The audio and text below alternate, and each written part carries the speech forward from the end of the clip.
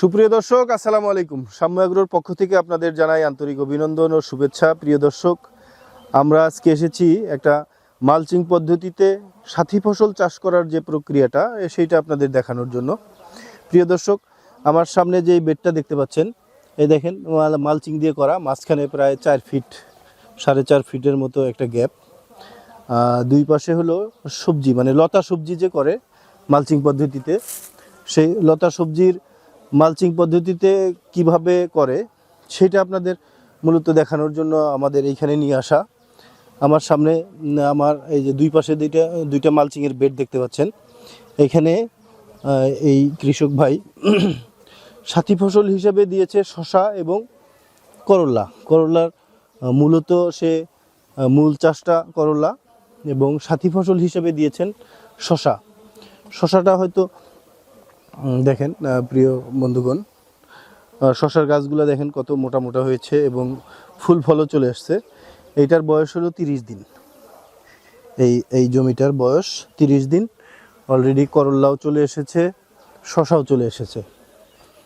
প্রিয় দর্শক, এইখানে দেখেন আপনি মালচিং পদ্ধতিটা উনি 3 ফিটের একটা মালচিং দিয়ে একটা বেড তৈরি করেছে। এইখানে দিয়ে দিয়েছে একটা করল্লা, তার ঠিক 1 ফিট পরে একটা শসা গাছ, তারপরে আবার 1 ফিট পরে একটা করল্লা, একটা শসা গাছ, এইভাবে 1 ফিট পর পর একটা করে গাছ দিয়ে দিয়েছে। মাঝখানে উনি গ্যাপ রেখেছে প্রায় 4 ফিট, হাই করেছে প্রায় 6 ফিটের কাছাকাছি, 5.5 ফিট হাই করেছেন। তো এইটা যখন আবার দেখেন দুই পাশে দুইটা নেট দিয়ে সুন্দর করে মাচা দিয়ে দিয়েছে। অনেকটা আমরা অনেক আগে দেখেছি যে এখনও মাঝে মাঝে দেখা যায় যে 2 চালের একটা টিনের ঘর দেয় যেভাবে, ঠিক ওই রকম পদ্ধতিতে উনি হলো মাচাটা করে দিয়েছে।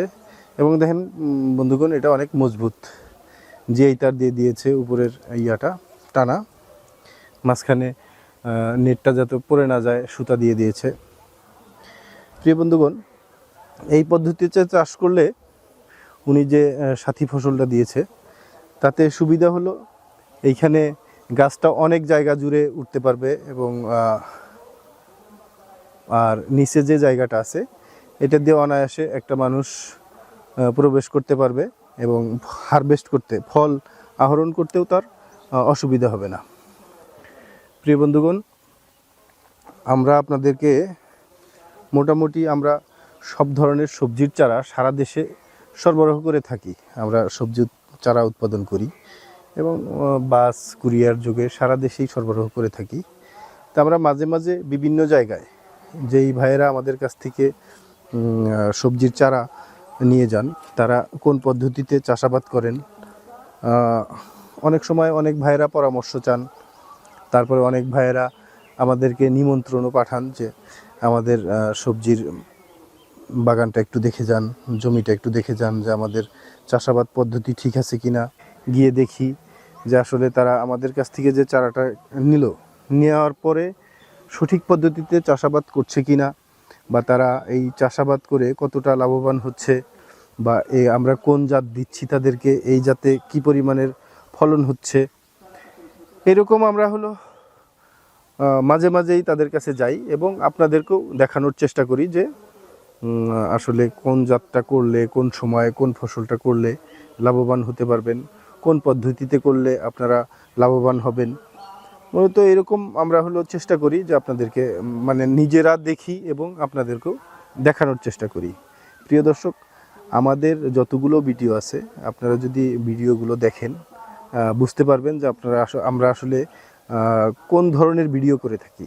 একজন সবজি চাষি বা একজন কৃষক কিভাবে চাষ করলে বা কিভাবে চাষ করবে, এরকম সব ধরনের তথ্য আমরা দিয়ে থাকি সব সময়। চ্যানেলটিকে সাবস্ক্রাইব করে আমাদের পাশে থাকবেন, নিত্য নতুন ভিডিও দেখবেন। আমরা কৃষিতে মানে আধুনিক, অত্যাধুনিক বা যে রকমের পদ্ধতি আছে, সব পদ্ধতি কিভাবে চাষাবাদ করতে হয়, কোন সময় কোন ধরনের চাষাবাদ করতে হয়, মোটামুটি সব ধরনের ভিডিও আমরা দিয়ে থাকি। আমাদের ভিডিও দেখবেন, লাইক করে বা সাবস্ক্রাইব করে আমাদের পাশে থাকবেন।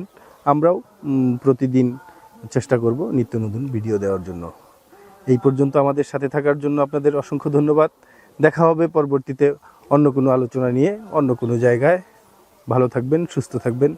আল্লাহ হাফেজ।